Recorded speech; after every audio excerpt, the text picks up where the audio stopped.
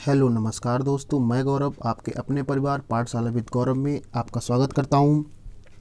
तो आज दिनांक 26 अक्टूबर 2020 के डेली करंट अफेयर शो में आपके जितने भी इम्पोर्टेंट क्वेश्चन बनते हैं उन सभी क्वेश्चनों को लेकर मैं आप सभी के सामने आया हूं।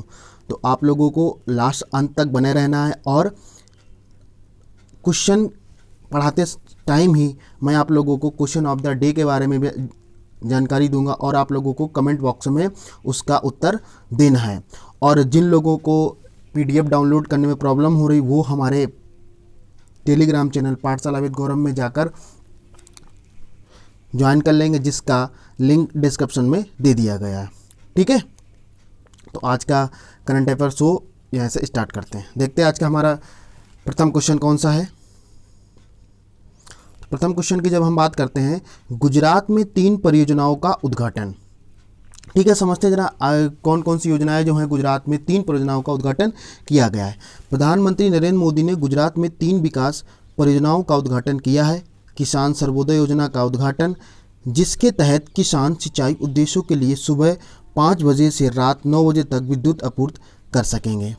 आगे, पीडियाट्रिक हार्ट हॉस्पिटल अहमदाबाद में UN Mehta institute of cardiology and research के साथ संलग्न है। और माउंट गिरनार को एक रोपवे जो राज्य में चौथा रोपवे है। समझते हैं इसके मुख्य बिंदु क्या क्या हो सकते हैं। तो पहली बात तो ये आपको पता होना चाहिए, गुजरात में कितनी 3 परियोजनाओं का क्या किया गया है, यहाँ पे उद्घाटन किया गया है। ठीक है, उसमें से पहली जो योजना है वो आपकी कौन सी है, किसान सर्वोदय योजना।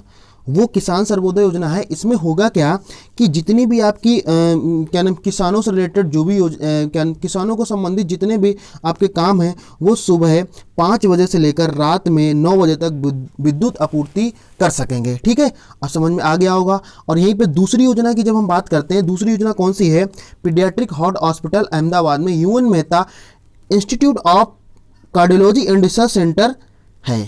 ठीक है, समझ में आ गया। तीसरा आपकी योजना कौन सी लॉन्च की गई है कि ये आपको रोपवे लॉन्च किया गया है। ठीक है, कौन सा रोपवे, जो राज्य में चौथा रोपवे है। बात समझ में आ गई ना।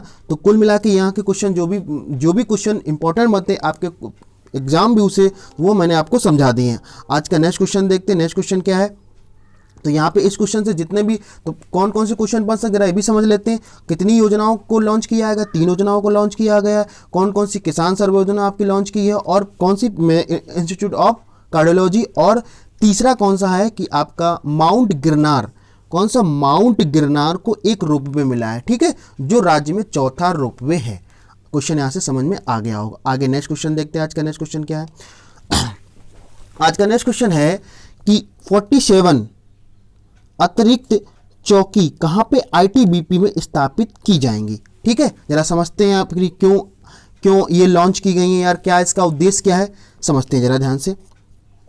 सरकार ने भारत तिब्बत सीमा पुलिस आईटीबीपी को सीमा पर चौकसी बढ़ाने के लिए 47 अतिरिक्त सीमा चौकसी स्थापित करने की सहमति दी है। गृह राज्य मंत्री किशन रेड्डी ने भारत तिब्बत सीमा पुलिस के 59वें स्थापना दिवस में संबोधित करते हुए घोषणा की है। सीमा सुरक्षा बल अलावा आईटीबीपी झारखंड जम्मू एंड कश्मीर में आतंकवाद से लड़ रहा और विदेशों में शांति मिशन में महत्वपूर्ण योगदान दे रहा है। ठीक है, अब जरा समझते हैं इसके कौन कौन से मुख्य बिंदु एग्जाम पॉइंट ऑफ व्यू से हो सकते हैं। तो पहला तो पॉइंट ये हो जाएगा कि आईटीबीपी, ठीक है, पहला यानी कि ये कहाँ पे कितना 47 अतिरिक्त ये क्या लॉन्च की गई हैं।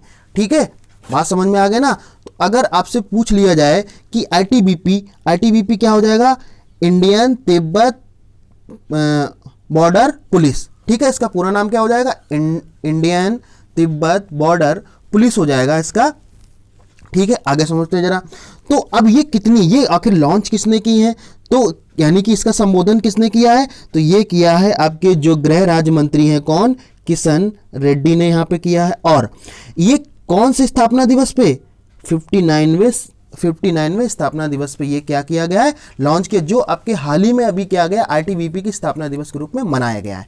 ठीक है, और इसका मुख्य उद्देश्य क्या होगा, इसका मुख्य उद्देश्य होगा सीमा सुरक्षा के अलावा आईटीबीपी और जम्मू कश्मीर आतंकवाद से लड़ रहा और विदेशों में शांति के लिए क्या करेगा, ये महत्वपूर्ण योगदान करेगा। बात समझ में आ गई ना। तो इसके यहाँ से क्वेश्चन क्या क्या बन सकते हैं कि अभी हाल ही में आईटीबीपी द्वारा कौन सा स्थापना दिवस का निर्माण किया गया है, तो वो क्वेश्चन कौन सा हो जाएगा, तो वो आपका क्या हो जाएगा, 59 में हो जाएगा। ठीक है, बात समझ में आ गई ना। और आईटीबीपी का पूरा नाम क्या हो जाएगा, आपको बता दिया मैंने। और कितनी लॉन्च की गई है, तो ये कितना हो जाएगा इसका, 47 हो जाएगा। आज का नेक्स्ट क्वेश्चन देखते हैं। आज का नेक्स्ट क्वेश्चन क्या है। हाँ, तो अभी जैसा मैं आपको आगे पहला क्वेश्चन में ये चीज़ को बता चुका हूँ, लेकिन मुझे लगा कि इसको डिटेल में बताने की और ज़रूरत, तो मैं इसको नया क्वेश्चन लेके आया हूँ। हाँ, समझते जरा क्या है।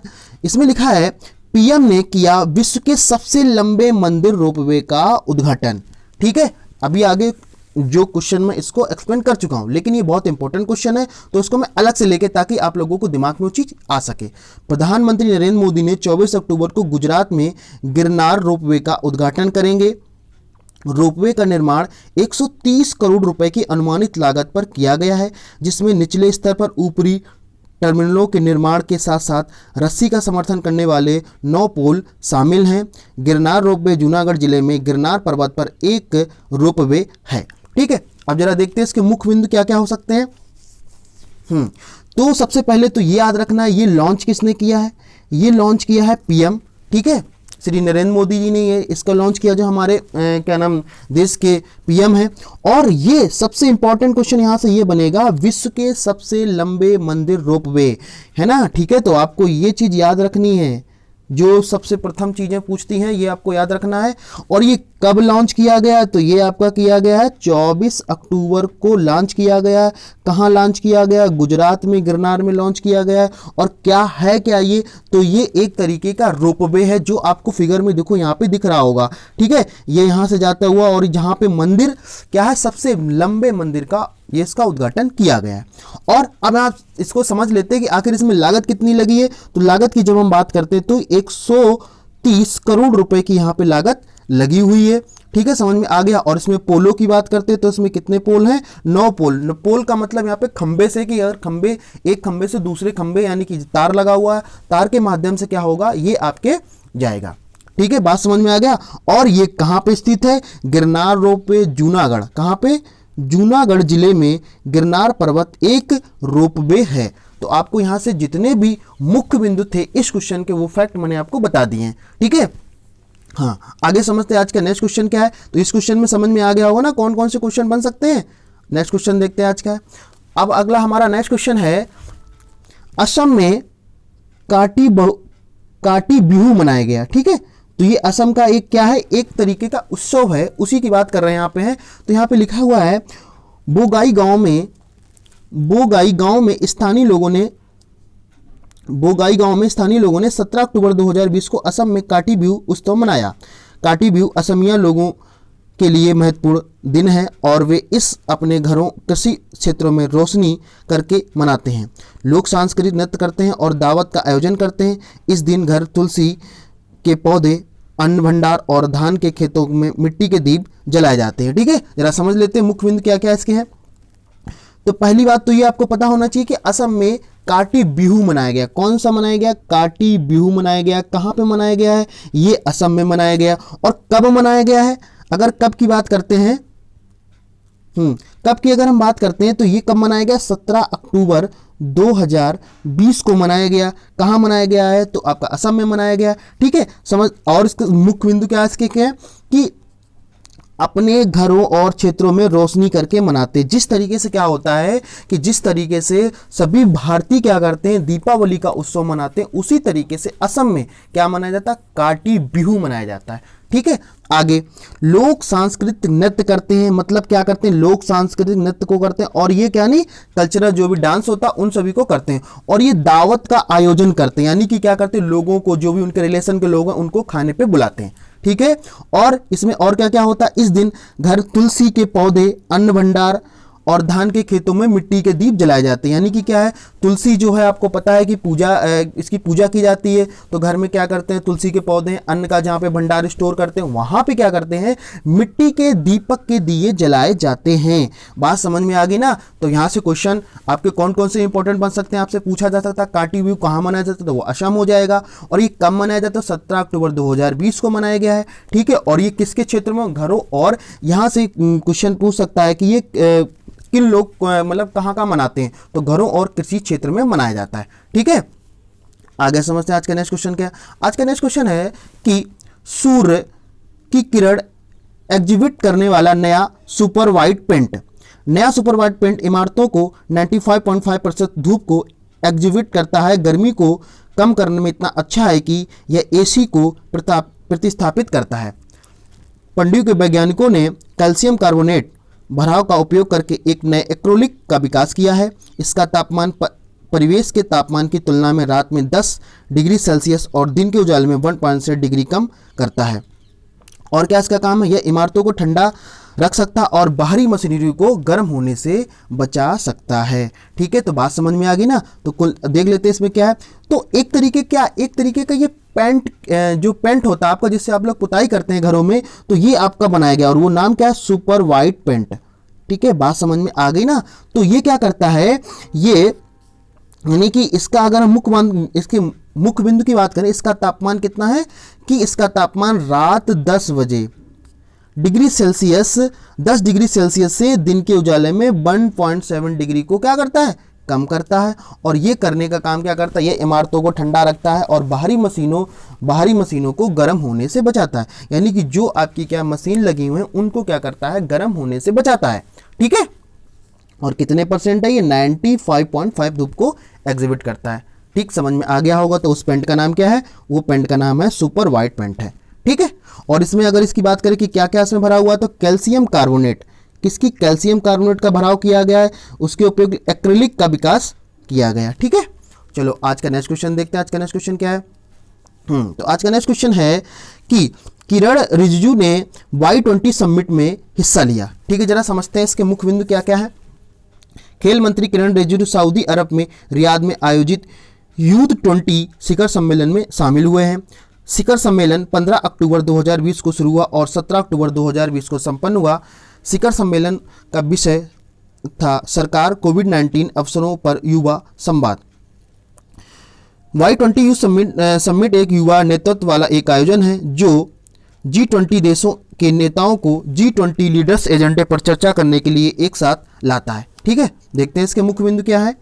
तो जो हमारे क्या है, खेल मंत्री हैं, खेल मंत्री ने क्या किया है, Y20 में आपके ये शामिल हुए हैं। अब Y20 क्या है, Y20 से मतलब यहाँ पे Y से मतलब यूथ हो जाएगा, क्या हो जाएगा, यूथ हो जाएगा। इन्होंने क्या किया, इस शिखर सम्मेलन में ये शामिल हुए हैं, ठीक है। और कहाँ पे, तो ये आपको याद रखना है, सऊदी अरब में, ठीक है।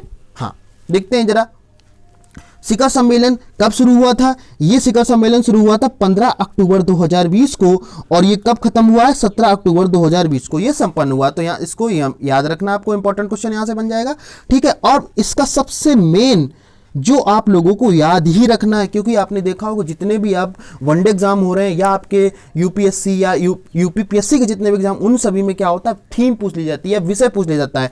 तो आपको याद रखना है इसका क्या है, सरकार कोविड-19 अवसरों पर युवा संवाद, ठीक है। ये आपको याद रखना है, यानी कि सरकार जो कोविड-19 पे अवसरों पर जो भी अवसर मिले उस युवा पे संवाद करना, यानी बोलचाल भाषा में करना। आगे Y20 यूथ समिट एक युवा नेतृत्व पर एक आयोजन है जो G20 देशों को, युवा नेताओं को G20 लीडर्स एजेंडे पर चर्चा करने के लिए करता है। यानी कि आप ऐसे याद रखना है, जो Y20 का मतलब यूथ 20 है और ये क्या करता है, G20 जितने भी देश हैं उन सभी के जो युवा नेता हैं उन सभी को क्या करता है, एक लीडर्स के तौर पे क्या करता है कि चीज़ों को देखता है कि कौन कौन सी चीज़ें आपकी यहाँ पे इंप्लीमेंट करनी चाहिए, ठीक है। बात समझ में आ गया ना। तो किरण Y20 जो है उसमें हिस्सा किसने, खेल मंत्री कौन है, तो किरण रिजिजू हो जाएंगे। और इन्होंने कहाँ पे हिस्सा लिया, तो सऊदी अरब में लिया हुआ है। और ये कब से कब मनाया गया, 15 अक्टूबर 2020 से लेकर 17 अक्टूबर 2020 को ये मनाया गया। आगे आज का नेक्स्ट क्वेश्चन देखते हैं।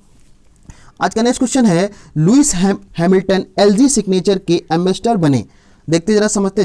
दक्षिणी कोरिया में एक प्रमुख घरेलू उपकरण निर्माता एलजी इलेक्ट्रॉनिक इंक ने प्रीमियम उत्पादों अपने लग्जरी उत्पादों के लिए formula one star Lewis Hamilton को ब्रांड एम्बेसडर के रूप में बनाया है। हैमिल्टन एलजी सिग्नेचर ब्रांड को बढ़ावा देगा, जिसका उपयोग कंपनी अपने उच्च अंत उत्पादों के लिए करती है। 6 बार फार्मूला वन विश्व चैंपियन हैमिल्टन को खेल के इतिहास में सर्वाधिक सिंगर के रूप में बंद। अब देखते हैं इसके मुख्य बिंदु क्या है। तो सबसे पहले तो आपको ये याद रखना है एलजी के, यानी किसके, एलजी, ठीक है, लाइफ गुड्स एलजी के जो ब्रांड एम्बेसडर बनाएंगे वो कौन बनाएंगे, वो आपके लुइस हैमिल्टन बनाएंगे। अब अगर यहीं पे लुइस हैमिल्टन की बात करते हैं तो ये क्या है, ये आपके 6 बार के फार्मूला वन विश्व चैंपियन को खेल के इतिहास में सबसे रेसिंग में माना जाता है। यानी कि अगर हम बात यहीं पे करें, जो आपका क्या होता है, विश्व चैंपियन होती है, रेसिंग की होती है, उसमें ये आपके 6 बार लगातार जीतने वाले खिलाड़ी हैं, ठीक है सब। और किसको यानी कि एलजी के क्या बना दे, एलजी सिग्नेचर के क्या बना दिए गए हैं, ये ब्रांड एम्बेसडर बना दिए गए, ठीक है। बात समझ में आया। इसमें से केवल इतना ही क्वेश्चन इंपॉर्टेंट जो मैंने आपको बता दिया है। और ये करेगा क्या, एलजी जो होगा सिग्नेचर ब्रांड को बढ़ावा देगा, जिससे कंपनी को उच्च अंत उत्पादों के लिए करती है। आज का नेक्स्ट क्वेश्चन देखते हैं। आज का नेक्स्ट क्वेश्चन की बात करते हैं तो ये क्या है, स्टेलप्स ने लॉन्च किया मूपे, ठीक है। बात समझ में आ गई ना। देखते हैं जरा क्या है ये। डिजिटल प्रौद्योगिकी समाधान प्रदाता स्टेलप्स ने राजस्थान में डेयरी किसानों के लिए एक पहली तरह का पूरी तरह से स्वचालित प्रत्यक्ष भुगतान मंच मूपे को शुरू करने की योजना बनाई है। यह डेयरी अधिकारियों को डेयरियों के मौजूदा बैंक खाते में, किसानों के बचत खाते में सदस्यों को दूध के भुगतान को डिजिटल रूप में करेगा। हाँ, देखते जरा इसके मुख्य बिंदु क्या है। तो पहली बात तो आपको क्या है कि जो मूपे योजना है, मूपे क्या है, एक तरीके का आपका मूपे योजना है। ये लॉन्च कहाँ की गई है, तो ये लॉन्च की गई है राजस्थान में लॉन्च की गई है। और ये करेगा क्या, ये डेयरी किसान यानी कि जितने भी आपके क्या डेयरी वाले किसान होते हैं उनको एक तरीके का प्रत्यक्ष भुगतान है। यानी कि डायरेक्ट आप क्या करेंगे, आप इस योजना के तहत, इसके लॉन्च के तहत क्या होगा कि ये आपका डायरेक्ट आपको पे किया जाएगा, ठीक है। बात समझ में आ गई ना। और ये क्या करेगा, भुगतान करने के लिए डेयरियों के लिए भुगतान गेटवे के रूप में, एक गेटवे के तरीके से ये क्या करेगा, एक तरीके से यूज किया जाएगा। तो वो क्या है, मूपे है। और ये लॉन्च कहाँ किया जाएगा, राजस्थान में। और ये किसके द्वारा, डिजिटल प्रौद्योगिकी समाधान प्रदाता के द्वारा, ठीक है। समझ में आ गया। और जैसा आप लोगों को देखो फिगर में यहाँ पे दिख रहा होगा यहाँ पे, ठीक है। आगे समझते हैं आज का नेक्स्ट क्वेश्चन क्या है। आगे नेक्स्ट क्वेश्चन की बात करते हैं। अंडोरा ने IMF को 190 सदस्य के रूप में शामिल किया, ठीक है। समझते जरा। तो जो IMF है वो 190 सदस्य के रूप में कौन शामिल हुआ, अंडोरा शामिल हुआ है, ठीक है। जरा समझते हैं क्या क्या है। तो अगर यहीं पे बात करते हैं, यह फ्रांस और स्पेन के बीच स्थित एक छोटा सा देश है। कौन, अंडोरा, ठीक है। बात समझ में आ गई ना। और राजदूत एलिसेंडा वाइसेस बालामाना ने 16 अक्टूबर 2020 को वाशिंगटन डीसी के एक समारोह में IMF के समझौते पर हस्ताक्षर किए हैं। IMF ने अंडोरा का प्रारंभिक कोटा SDR 82.5 मिलियन, ये क्या है आपका बताया गया, ठीक है। बात समझ में आ गई ना। तो कुल मिला के आपको याद रखना है कि जो अंडोरा है उन्होंने IMF को 190 सदस्य के रूप में क्या किया है, शामिल किया है, ठीक है। बात समझिए। और ये क्या है, ये फ्रांस और स्पेन के बीच में क्या है, एक छोटा सा देश है। और ये कब हुआ, 16 अक्टूबर 2020 को ये शामिल किया गया। आगे आज का नेक्स्ट क्वेश्चन समझते हैं।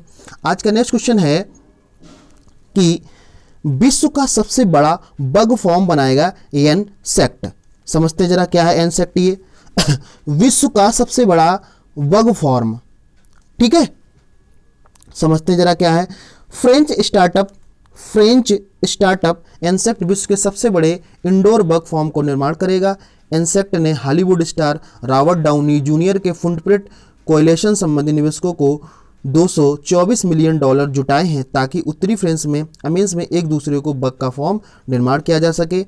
यह विश्व में सबसे अधिक वर्टिकल फॉर्म और विश्व में पहला कार्बन रहित वर्टिकल फॉर्म होगा। तो यहाँ से मुख्य बिंदु क्या क्या बन सकते हैं कि सबसे पहले तो आपको याद रखना है ये क्या बनाया गया है, इंसेक्ट बनाया गया है।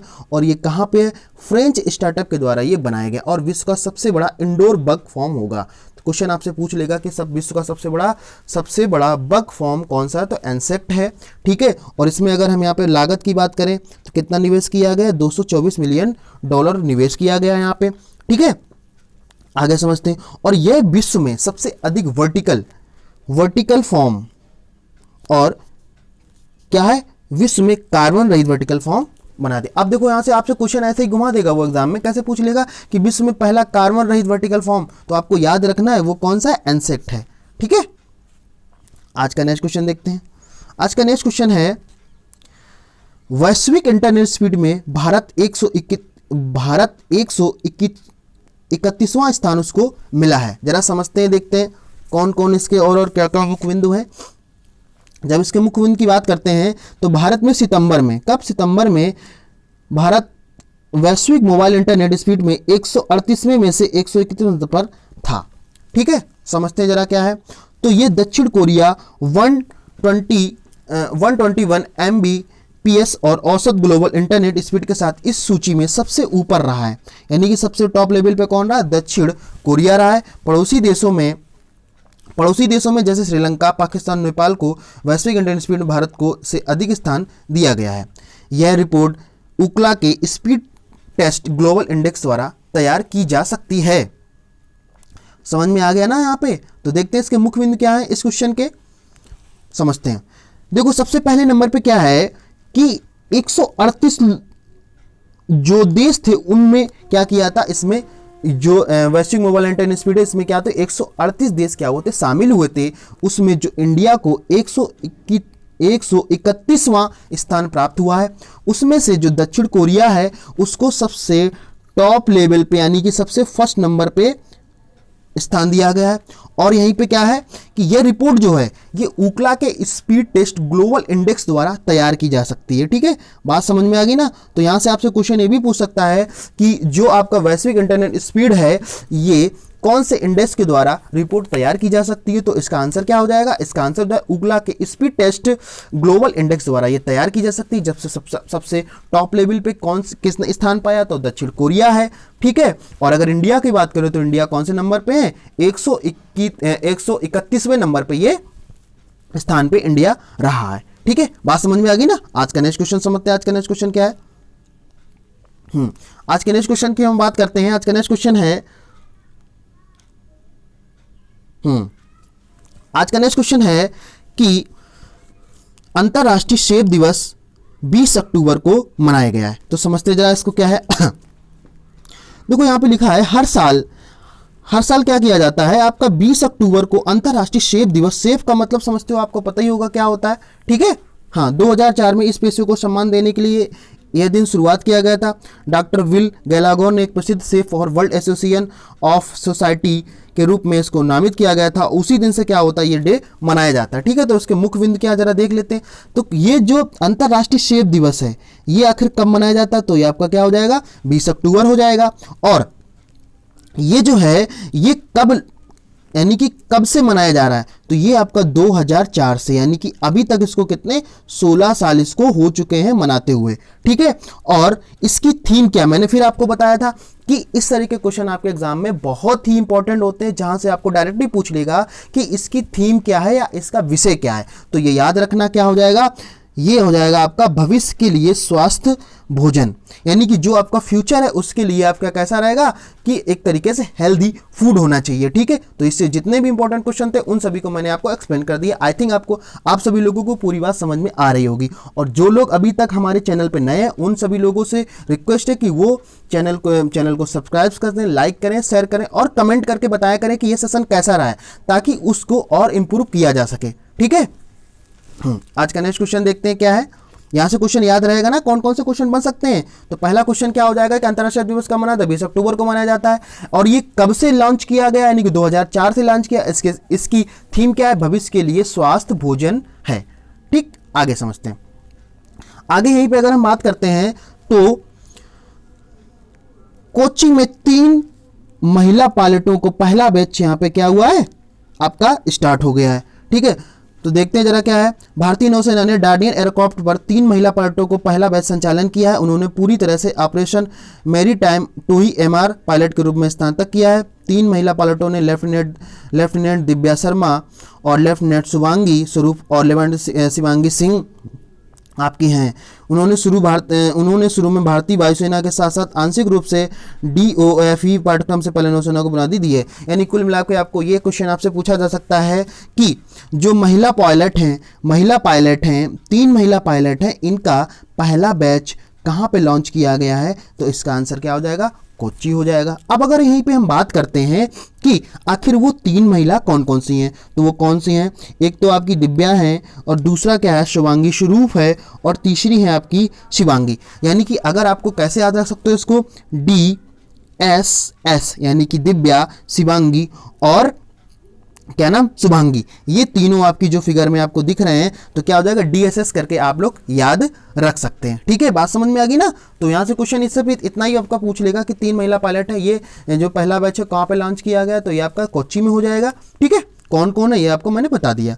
आज का नेक्स्ट क्वेश्चन देखते हैं। नेक्स्ट क्वेश्चन क्या है, आज का नेक्स्ट क्वेश्चन है, दिल्ली में सलीमपुर शास्त्री पार्क फ्लाईओवर का उद्घाटन किया गया। ठीक है, देखते हैं कि इसका मुख्य बिंदु क्या क्या हो जाएगा।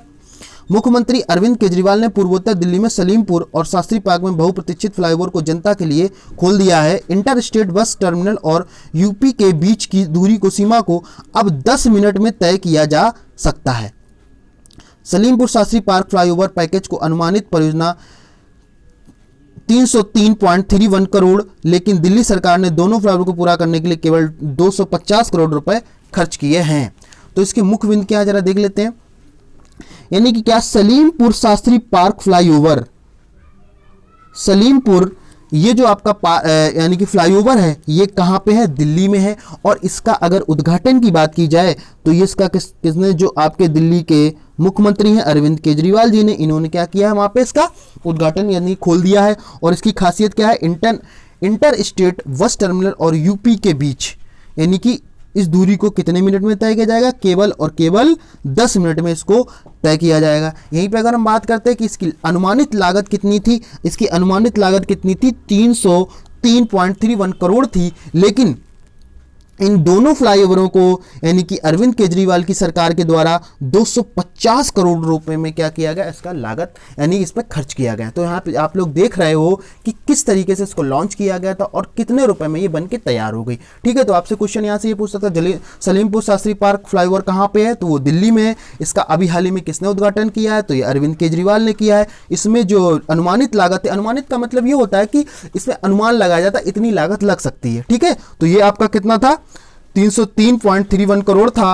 और आपका कितना, और ये बनके तैयार कितना हुआ, 250 करोड़ में आपका तैयार हुआ है। ठीक, आज का नेक्स्ट क्वेश्चन देखते हैं क्या है। आज का नेक्स्ट क्वेश्चन है कि महिला सशक्तिकरण और सुरक्षा पर फिल्म। ठीक है, देखते हैं जरा इसके मुख्य बिंदु क्या है। तो ये आपका हैदराबाद में, कहाँ पे, हैदराबाद पुलिस ने एक क्या किया है, आपका एक तरीके की एक सुरक्षा फिल्म बनाई है और उस फिल्म का नाम क्या दिया है, अम्मे दिया है। यहाँ पे देखो फिगर में आपको दिख रहा होगा कि ये एक तरीके क्या है। तो ये देखते हैं किस तरीके से काम करेगी, क्या इसके बारे में बताया गया है। रंगाकोटा पुलिस ने मार्गदर्शन से C for and the student police candidate कार्यक्रम आयोजित किया है। लघु फिल्म का मतलब एक तरीके से ये होता है कि शॉर्ट फिल्म होती है, 10 से 15 मिनट की हो सकती है, 20 मिनट की हो सकती है, 30 मिनट की हो सकती है। ठीक है, हाँ, इसके बाद में क्या है कि ये इस तरीके से क्या होगा, देख लेते हैं। इसका मुख्य उद्देश्य क्या है, महिलाओं को संभावित खतरे और खतरे की स्थितियों से बचने के लिए सशक्त बनाया गया। यानी कि कुल मिला के आपको इतना याद रखना इस क्वेश्चन में है कि महिला सशक्तिकरण और महिला सशक्ति द्वारा हैदराबाद पुलिस ने क्या किया है, एक शॉर्ट फिल्म लॉन्च की है। उस फिल्म का नाम क्या है, अम्बे है। और जो लोग अगर इसको जरूर, जो भी लोग हैं इसको देखें, ताकि इसमें यह पता चले कि किस तरीके से अपने आप को बचाया जा सकता है, किस तरीके से अपने आप को सुरक्षित किया जा सकता है। और ये एक तरीके क्या है, शॉर्ट फिल्म है। ठीक है, तो उस फिल्म का नाम क्या है, अम्मे है। और ये कहाँ पे आपकी लॉन्च, कहाँ पे लॉन्च की गई, हैदराबाद पुलिस द्वारा ये लॉन्च की गई है। ठीक है, तो इसका उद्देश्य क्या है, संभावित खतरे, यानी कि जो भी संभावित खतरे उससे हम क्या कर सकें, उसको जान सकें और आगे अपने आप को हम किस तरीके से बना सकते हैं। आज का नेक्स्ट क्वेश्चन देखते हैं। आज का नेक्स्ट क्वेश्चन क्या है, आज के नेक्स्ट क्वेश्चन की हम बात करते हैं। तो यहाँ पे है डॉक्टर जयंत माधव का निधन। समझते हैं जरा इसके क्या क्या है। डॉक्टर जयंत माधव इनका क्या था, ये निधन हो गया, समझते हैं क्या। असम के प्रसिद्ध अर्थशास्त्री डॉक्टर जयंत माधव, अक्टूबर 2020 में इनका निधन हो गया है। और जयंत माधव ने कलकत्ता महानगर विकास के लिए वित्तीय सलाहकार के रूप में, और उन्होंने पूर्व मुख्यमंत्री तरुण गोगोई के कार्यकाल के दौरान 2003 से लेकर 2009 तक असम सरकार के आर्थिक सलाहकार के रूप में काम किया है। अर्थशास्त्री ने एशिया महादेश के रूप में ये भी कार्य कर सकते हैं। तो यहाँ से देख लो तो कितने सारे इंपॉर्टेंट क्वेश्चन बन रहे हैं।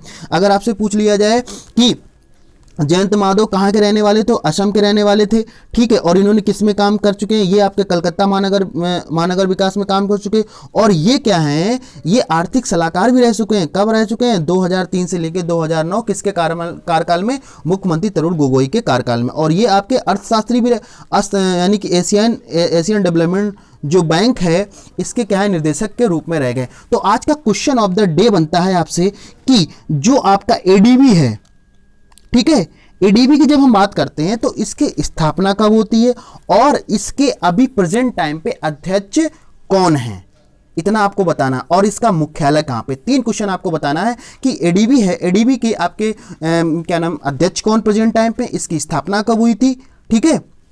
बात समझ में आ गई ना।